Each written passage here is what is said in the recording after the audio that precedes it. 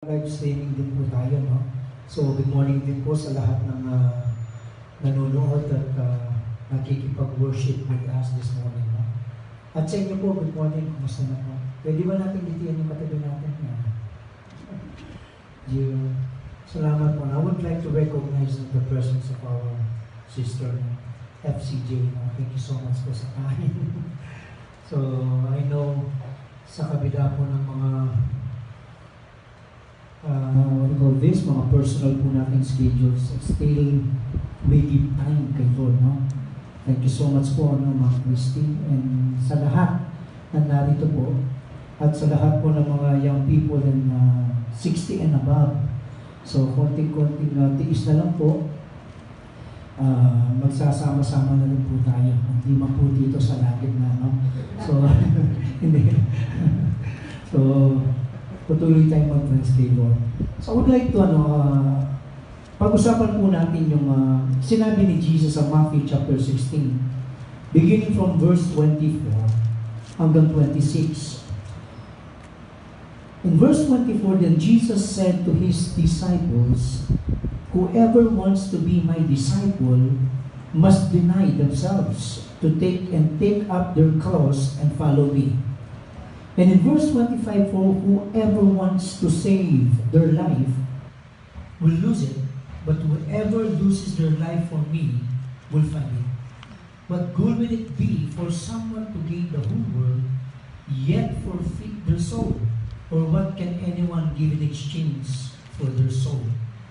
Sabi po ng Amplified, giving emphasis sa verse 24, then Jesus said to His disciples, "If anyone wishes to follow me as my disciple, he must deny himself, set aside selfish interest, and take up his cross," or expressing a willingness to endure whatever may come, "and follow me.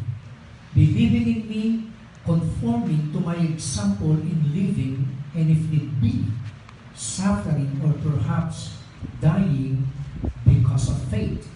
So, this morning, ang pag-uusapan po natin, hihiramin ko po yung last phrase po na sinabi ni Jesus, "and follow me." Whoever wants to be my disciple, if anyone wishes to follow me, or if any of you wants to be my follower, first thing, ang sabi ni Jesus, must deny themselves. He must deny himself, or setting aside selfish interest. Kung papansinin po natin, ang pananalita ni Jesus dito po sa first phrase, whoever wants to be my disciple must deny themselves. And second, take up their cross. And third, follow me. So the first, or the letter central po sa salitang obedience is yung salitang I. No, the very center word letter ng obedience is I, and yung pinaka-sentro ng salitang obedience is the word die. Ang sabi ni Jesus, in order for you to follow me, first, ang sabi niya, deny that self. Kalimutan ninyo, itatwa ninyo ang inyong mga sarili. At para maitatwa natin ang ating sarili, ang sabi niya, you need to die or take up their cross or your cross. Kasi everyday po kasi kapag pinapasan po natin, ang ibig sabihin po dito is everyday we will live according to His ways and will. Ang ibig sabihin, para ma-follow natin si Jesus, let us settle first and surrender first our life. Marami pong nag-iisip yung salitang follow me, parang negative po siya. Parang nakakatakot po siya. Parang threat po siya. But the phrase follow me, hindi po inelaborate ni Jesus o in-expound ni Jesus yung phrase na follow me. Pero ang nakapalibot, ang nakapaloob po dito ay napakagandang klaseng buhay. And of course, nung si Jesus ang sabi niya, then Jesus said to His disciples, anyone who wishes to come follow me let him deny himself and carry his cross daily and follow me.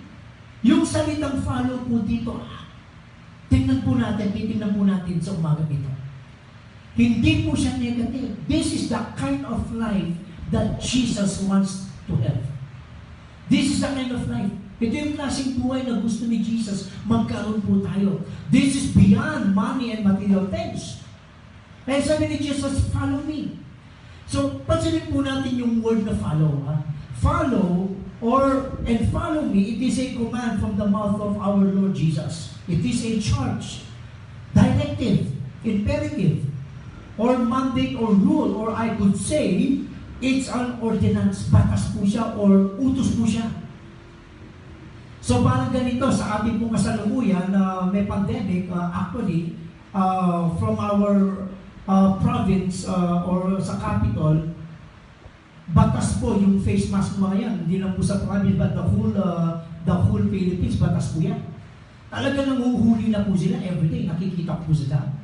Then, this is an ordinance. Batas po ito na kailangan po sumunod po tayo. You comply, you benefit. You don't comply, you face a penalty.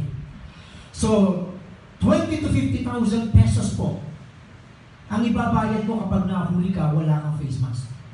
Plus, or with the bonus of imprisonment.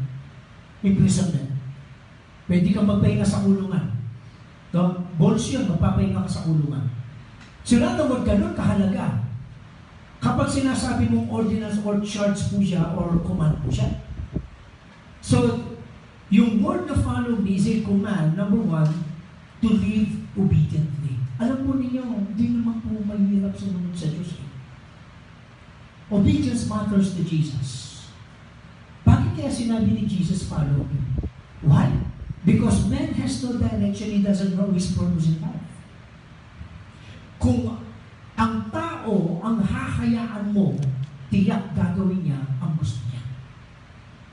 I will give you some verses na sinasabi ng Biblia.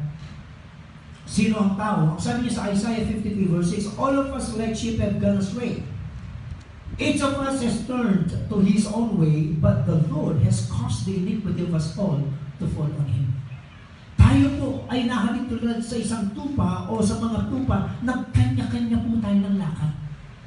And admit it or not, meron tayong mga sariling kanya-kanyang tira at kanya-kanyang lakad.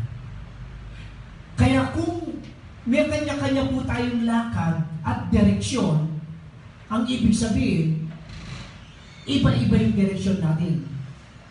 Pero kapag si Lord, tayong lahat susunod sa Kanya, tiyak iisa ang ating direksyon. Parang sa isang family. If you have Jesus inside your family, you only have one direction. Isang direction lang. So, ang ibig sabihin, malinaw po siya, nagkakaisa po, kasi isang direction lang. Hindi yung gusto ni tatay, gusto ni nanay, gusto ng panganay, gusto ng bunso, no? Kundi yung gusto ni Lord, at tiyak naman, kapag sumunod tayo sa Diyos, pakinabang po yan. Alam ng Diyos kung sino ang tao eh. And init sa tao po, meron siyang sariling meron po yung sariling mga plano, may gagawin. Pero nais ni Lord, He wants us to direct us sa tiyak. Kaya sinabi ni Jesus, follow me, alam ni Lord kung saan po tayo dadalhin.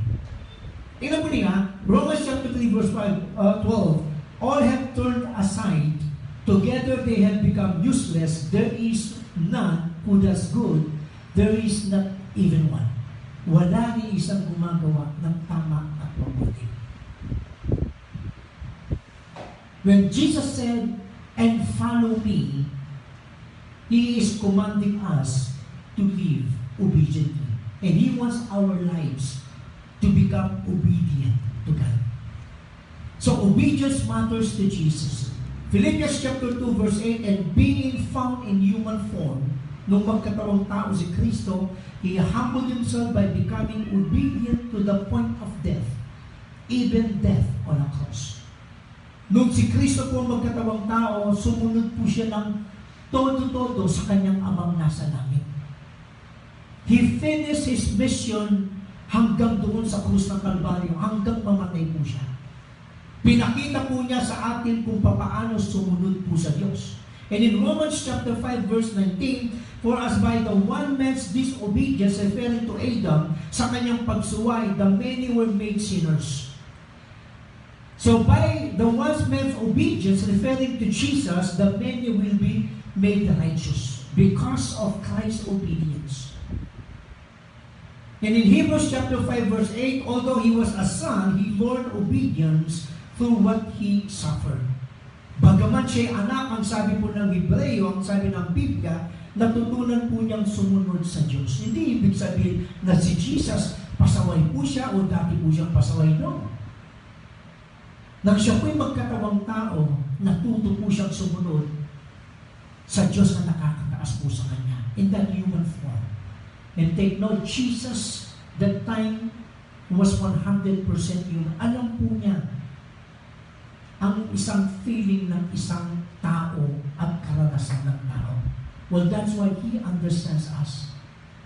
Kasi sinabi ni Jesus, follow me, kasi ang nakapaloob doon sa follow me, isang napakagandang buhay na galing lang sa Diyos.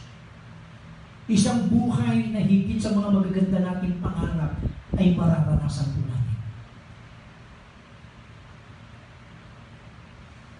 Obvious results of obedience to God. Ito yung mga iilang resulta na obvious kapag tayo po ay sumusunod po sa Diyos. Obedience blesses me. Sa aking pagsunod sa Diyos, pinagpapala po niya ako. Sa inyong pagsunod sa Diyos, pinagpapala po niya kayo. Sa lahat na nandoon po sa kanilang mga tahanan, pamilya, na tayo po sumusunod sa Diyos, pinagpapala po tayo ng Diyos. He blesses me or He blessed me with salvation. Ako'y iniligtas, not only salvation, He blessed me with satisfaction and He blessed me with supplies. Hindi lang ako niligtas ni Lord, hindi lang concern ni Jesus ang aking kaligtasan, ang concern din ni Jesus that every day in my life, He satisfies me. Not only my longing soul, even my physical and financial needs, the Lord is satisfying me. Tandaan po natin, wala pong permanente po dito. Kapatid, tama ang magmahal, but forever po yan. Kahit po yung anong mga bagay na nasa kamay po natin, they don't last. Only Jesus lasts and lives forever. Can I hear amen? Napakasarap po na pinagpapala po tayo ni Lord, but not the blessings per se, but the one who blesses us ang siyang nagpapasatisfy sa atin. Kapatid, unang-una kaya masaya tayo po ay sa Diyos. Can I hear amen? Tayo po, pinasasaya ng Diyos, kino-comfort ni God. Kainin mo man ang lahat ng masasarap na pagkain. Kapatid, meron pong dead end po yan. May bilang po yan. Puntahan mo man ang lahat po ng gusto mong lugar at kausapin mo man yung gusto mong kausapin, iba pa rin po ang Diyos. Kaya nahiramin. Palakpakan po natin siya. Come on, palakpakan po natin. He blessed me with salvation. My goodness, this is the ultimate. Yung blessing, yung pong kaligtasan po. No? Isaiah chapter 1 verse 19, if you are willing and obedient, you shall eat the best of the land. Kapag nais mo at maging masunurin ka sa Diyos, tandaan mo, aya ng Diyos na kakainin mo yung pinakamasarap na pagkain o pinakamasarap na buhay dito sa lupa, kaya niya na maranasan mo yan. Yung ang kanyang anak, Romans chapter 8, hindi pinagkait eh. Ang amay binigay si Jesus, yun pa kayang pansamantalang pangangailangan po natin. If you are obedient and me, we will experience the countless blessings of God. Not only that, obedience blesses me, obedience blesses others. Remember Peter in Luke chapter 5, when he obeyed Jesus, pati mga kaibigan po niya nakinabang. Ang sabi niya, ianis mo yung lambat. Wala silang huli eh. Pero dahil sinabi ni Jesus, ginawa po ni Peter.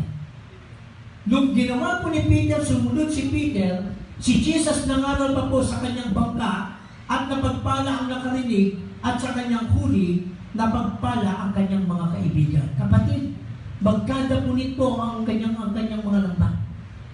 Yung mga kaibigan po niya, ganun po kapag tayo sumusunod sa Diyos. Not only, ikaw binibless nila through you, many lives are blessed. Imagine, halimbawa, sa aking pagsunod sa Diyos, hindi lang po ako nakikinabang, pamilya ko at ibang tao. Sa inyo pong pagsunod sa Diyos, hindi lang ikaw ang nakikinabang, ikaw, pamilya mo at yung nakapalibot mo sa inyo. Kaya sa ating pagsunod, huwag po tayong titigil. Kinahiraman. Huwag kayong titigil sa Panginoon. Marami po ang taong mapagpapala through you, my friend. Kay Abraham, dahil kay Abraham, maraming taong napagpapala ngayon. Even us, Gentiles, pinagpala po tayo ng Diyos. Not only obedience blesses me, obedience blesses others, obedience blesses the whole world. Jesus' obedience bless the whole world. Sa kanyang pagtalima sa Ama, pinagpala ang buong sanlibutan. Kanya itong iniligtas at inililigtas.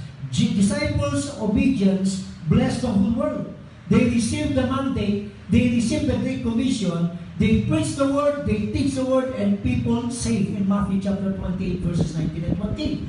The church obedience, sa ating pagsunod po sa Diyos, listen to this carefully, my dear brothers and sisters, sa ating pangangaral, sa ating pagtuturo, naliligtas po ang tao. The church, tayo po ang church ni Lord, kanyang mga tinubos, brings transformation and change by preaching the gospel. Sa ating pong pagdadala po ng ebanghelyo sa iba't ibang pamilya, we are raising community na sumasamba po sa Diyos. We bring change and we bring transformation. Could you imagine the transformation na dadalhin nito yung gospel sa isang pamilyang napakagulo? Sa isang pamilyang wasak, walang direksyon, then they hear the gospel and they save and they are saved. Kaya sa ating pagsunod, kapatid, huwag kang titigil. That sometimes we don't see the obvious results, but there is result, I tell you. Minsan hindi natin nakikita may result eh. Minsan parang walang nag-a-appreciate po sa atin. I tell you. Wala man tayong marinig mag-appreciate sa atin. I tell you. Tiyak ang Diyos. Tuwang-tuwa sa iyo. One of the clear evidence that we love God is we obey Him. Isang napakalakit, napakalinaw po na ebidensya na mahal natin ng Diyos. Tumatalima tayo sa Kanya. And Jesus said, follow me. This is a command to live obediently. And second, it is a command to live dependently. My friend, the more na pinagpapala tayo ng Diyos, nais po niya na makita na tayo pinagtitiwala sa Kanya. The definition of depend is resting on or relying on. So, limitado tayo diba? Ang gusto na Lord, not only we are physically, financially blessed, but in our inner life, in our emotion, in our soul, blessed tayo. All aspect and all areas of our life. Kaya naman. Yung bang kapag may pagsubok, masaya ka pa rin. Yes. Maraming pagsubok, very painful, but I tell you, pag hindi ka humihinto, tandaan mo kapatid, still following Jesus, you will reach your promised destiny.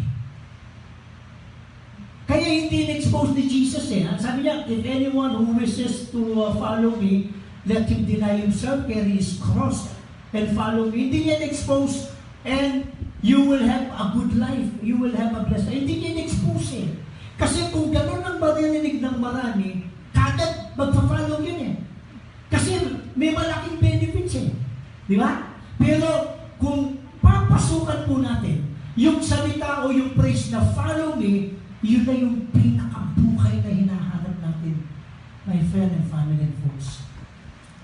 Isang klaseng buhay, kapatid, that every day in our life, God is satisfying us. Even Solomon, my friend, nagpatotoo that nowhere in this world we find satisfaction, only God.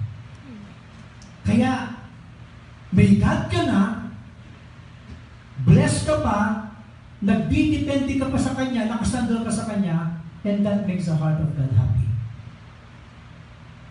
I define sin na ganito. Sin is living independently from God. When you live independently from God, kapag nabubuhay ka sa sarili mo, nabubuhay ka sa sarili mong lakas, sinasabi mo, kaya mo, matalino ka, and so on and so forth, I think that's already a sin. Gusto ni Lord yung parang isang bata, yung tatay at saka nanay. Maana mo takpe na. Maainin plano ko ano. Tanga na. Ayaw pa yan. Makanya buti ng Lord eh. God wants Adam and Eve to trust Him. Yun ang gusto ni Lord eh. When He created Adam and Eve, gusto ni Lord, kahit pinagkatiwala po ng Diyos sa tao po ang mundo, Psalm 115 or 116, na ang mundo po, ang earth pinagkatiwala sa tao, ang langit naman ay sa Diyos. Gusto pa rin po ng Diyos na nagtitiwala ang tao sa Kanya. Though Adam and Eve, they were blessed abundantly, gusto pa rin ni Lord, nagtitiwala sila sa kanilang Diyos na nagmamalasakit.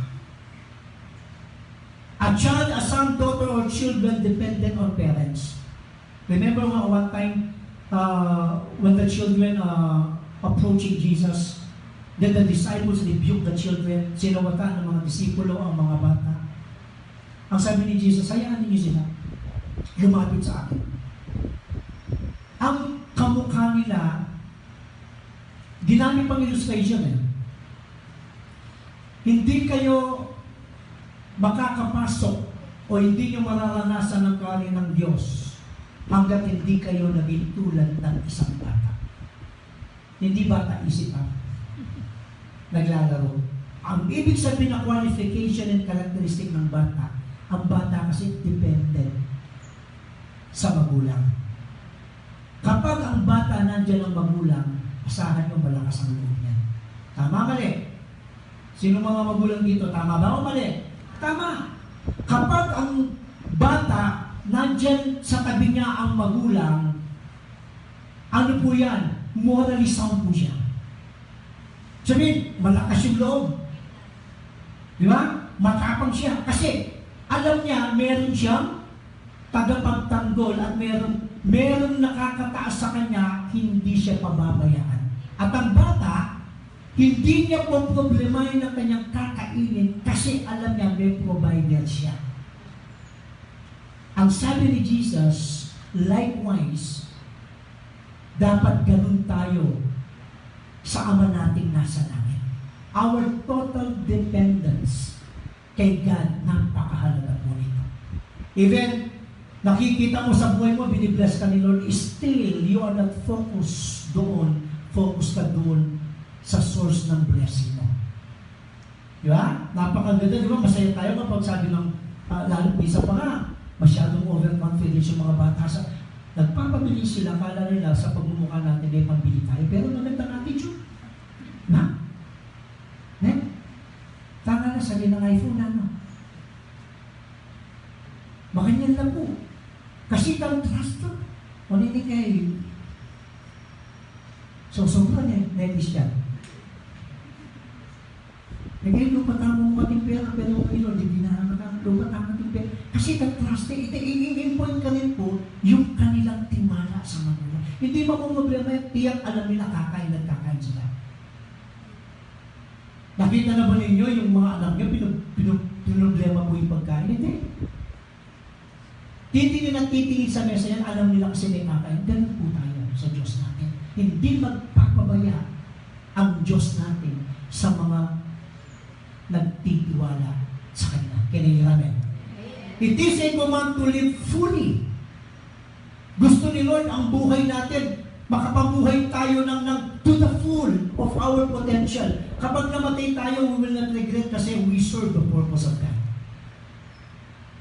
Sabi ba, life here on earth is not just all about money and material things. It's all about our Master, our Lord Jesus Christ. By doing, how? By doing, number one, God's will. Ano bang kalooban ng Diyos? It is revealed in the Scripture.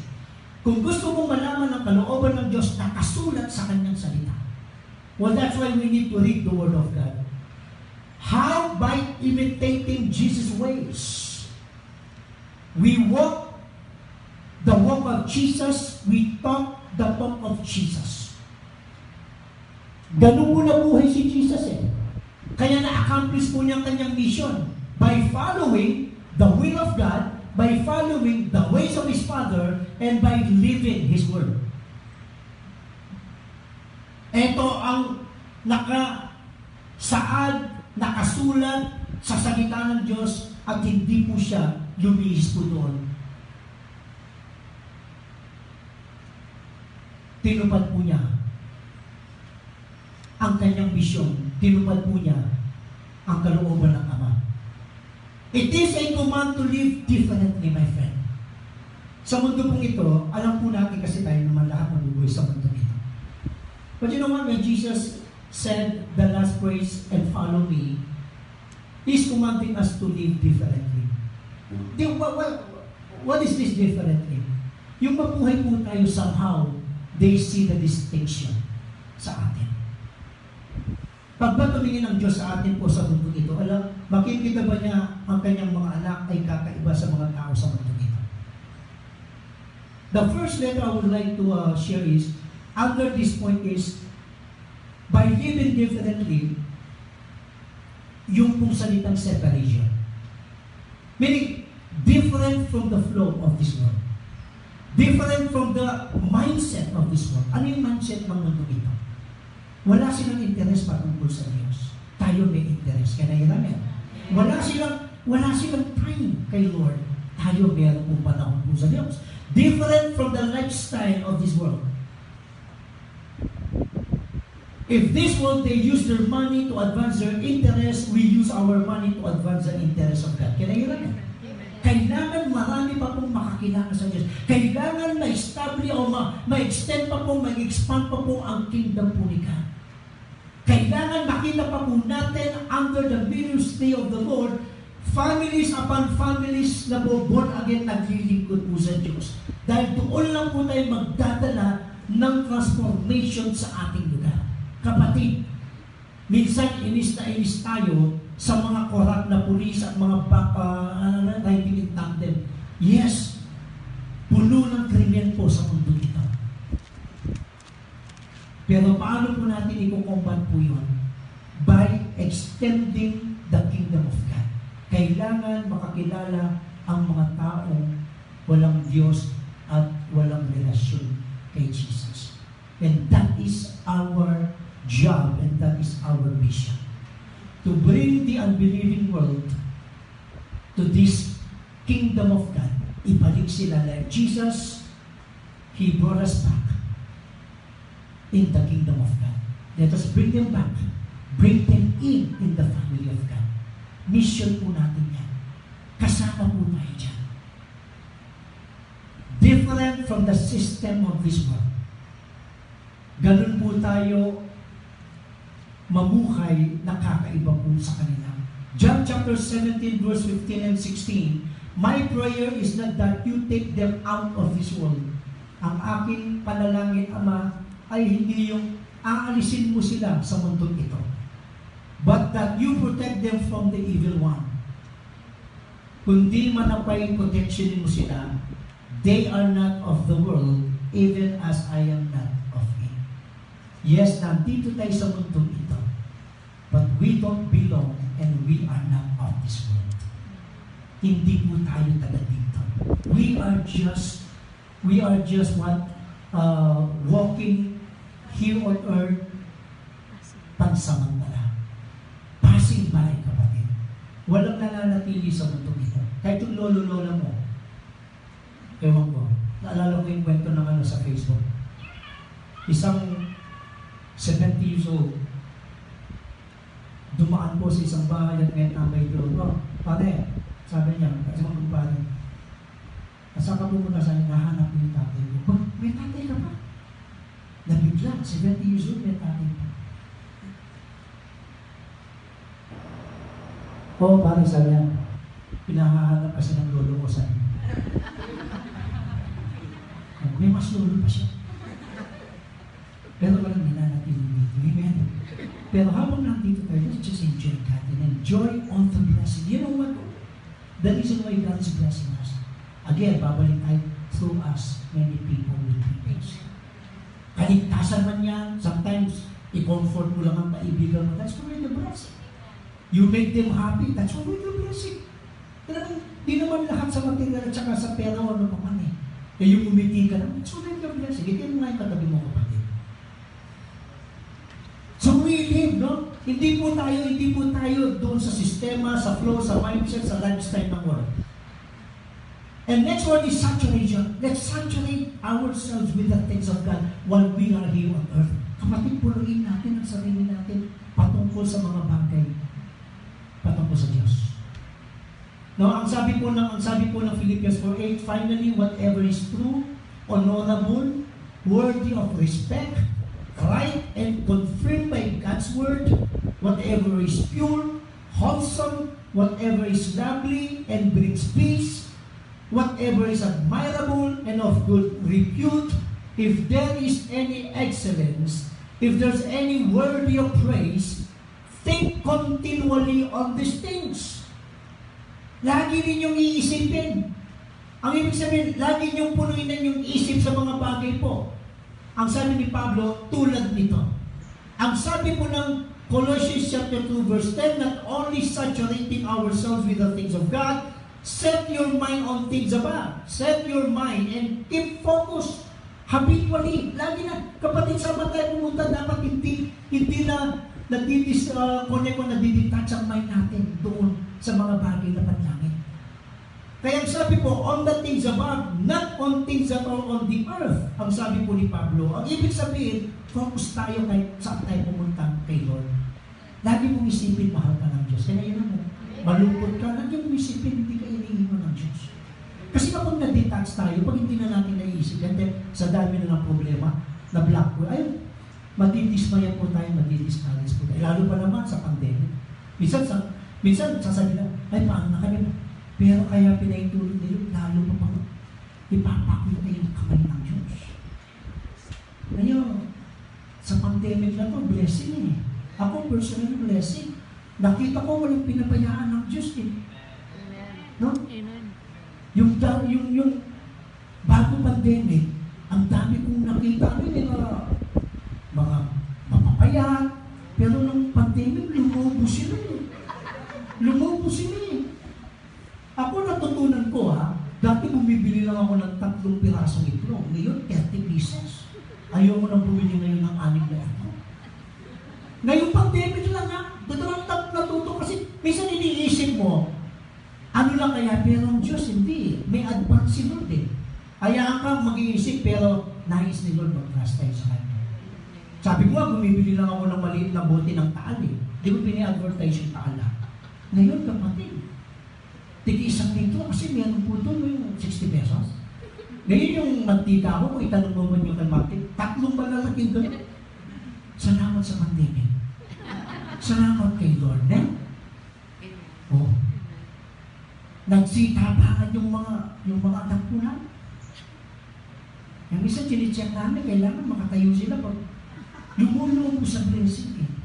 Kasi alam po ninyo kung si Lord, kung si God, binigay ng kanyang anak, ano pa yung bagay para hindi ibigay sa akin? Amen? And last, listen to this, no? The word transformation.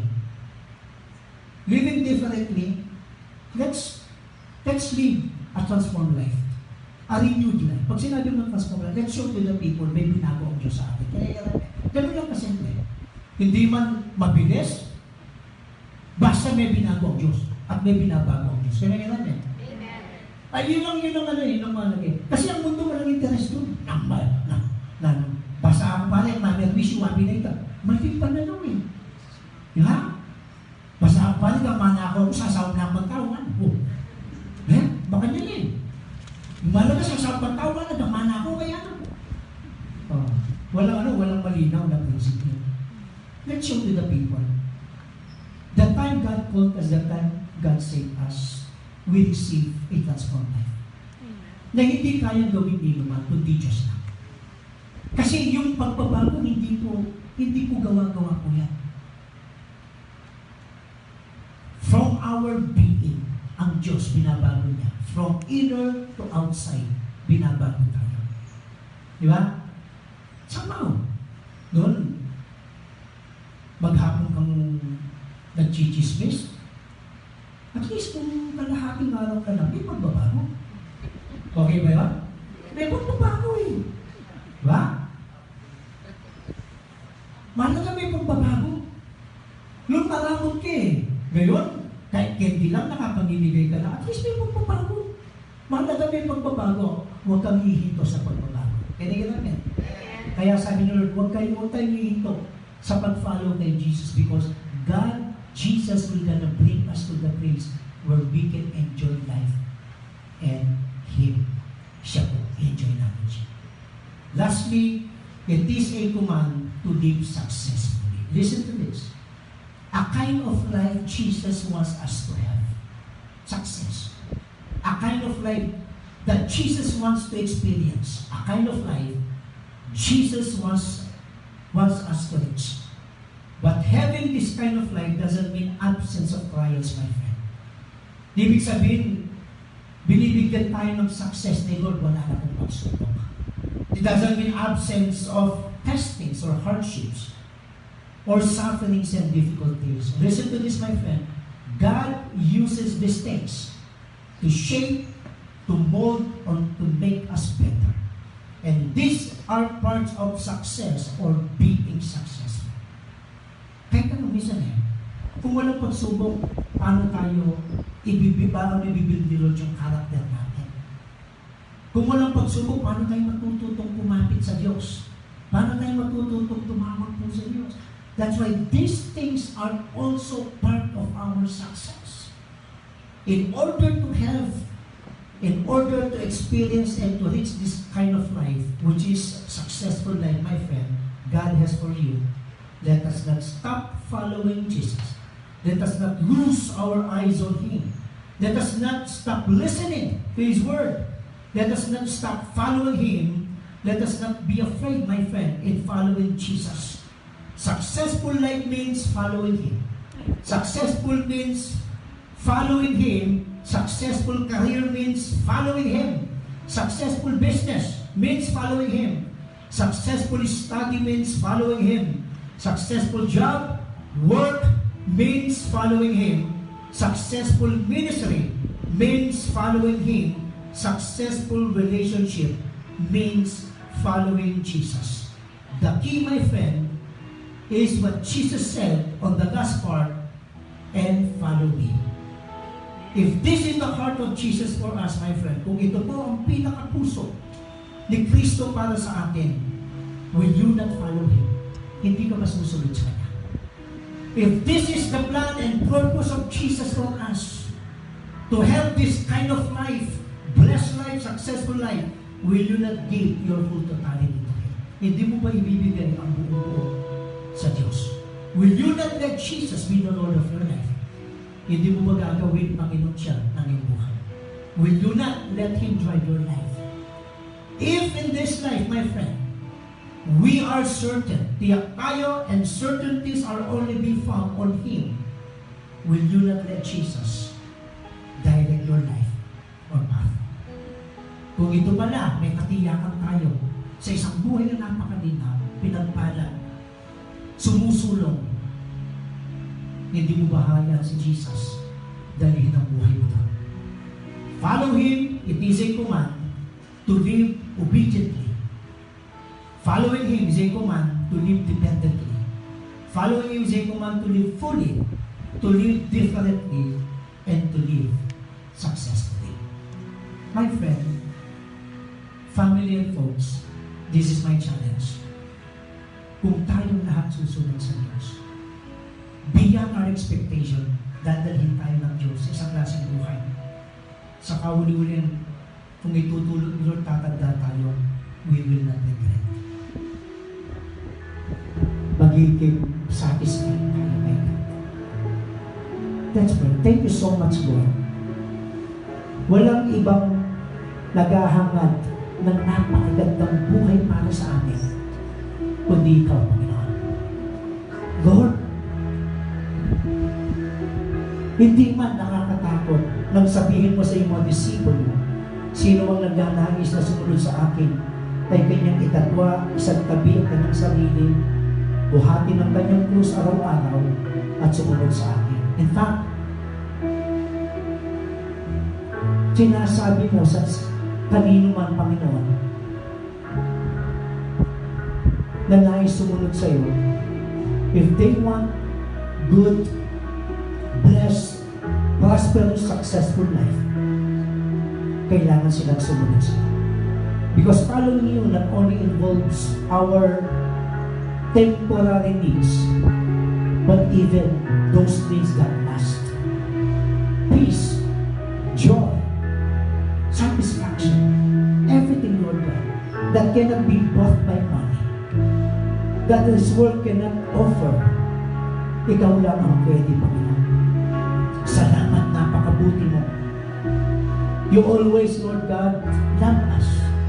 You always hug and embrace us every day, Lord God. Hindi ka nagsasawa sa kakamahal sa amin. Hindi ka nagsasawa sa kakalakas. Hindi ka nagsasawa, Diyos, sa kakasatisfy sa amin. Hindi ka nagsasawa, Panginoon. Because ang pinaka-concern mo lang sa mundo nito ay yung taong nilalamon tulad namin.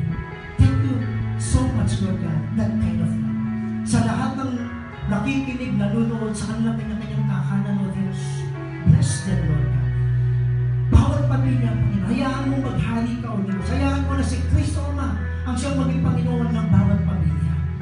Ano man ang pangangailangan ng aming mga kapatid, O Diyos, sa kasalukay na nanonood at nakikinig, Lord God, ikaw ang maging katulungan. You love them so much, Lord God. You bless them. You want this kind of life, Lord God. Let them follow you, Lord God. Hayaan mo na kami sumunod sa iyo. While we are following you, Lord God, you are empowering us and strengthening us, Lord God, para lalo pa kaming sumunod sa iyo, Panginoon. Thank you so much. Hayaan mo, Panginoon, sa katagalan ng buhay namin sa mundo ito, ay lalo ka pa namin pakakamahalin, Lord Diyos. Lalo mo pang pag-initin ang aming mga puso, ang aming pag-ibig sa iyo at pag-ibig sa mga tao at paglilingkod sa mga tao, Panginoon. Thank you so much. Pagpalain mo ang lahat ng narito, mga tatay, mga nanay, O Diyos, lahat, O Diyos. Ingatan mo anuman ang pangangailangan, ikaw ang katutunan. Lord, patuloy kang maghari. Patuloy kang maging Panginoon. Patuloy kang maitanghal. Patuloy kang maisigaw. Dahil wala kang kasing buti, Panginoon sa Kristo.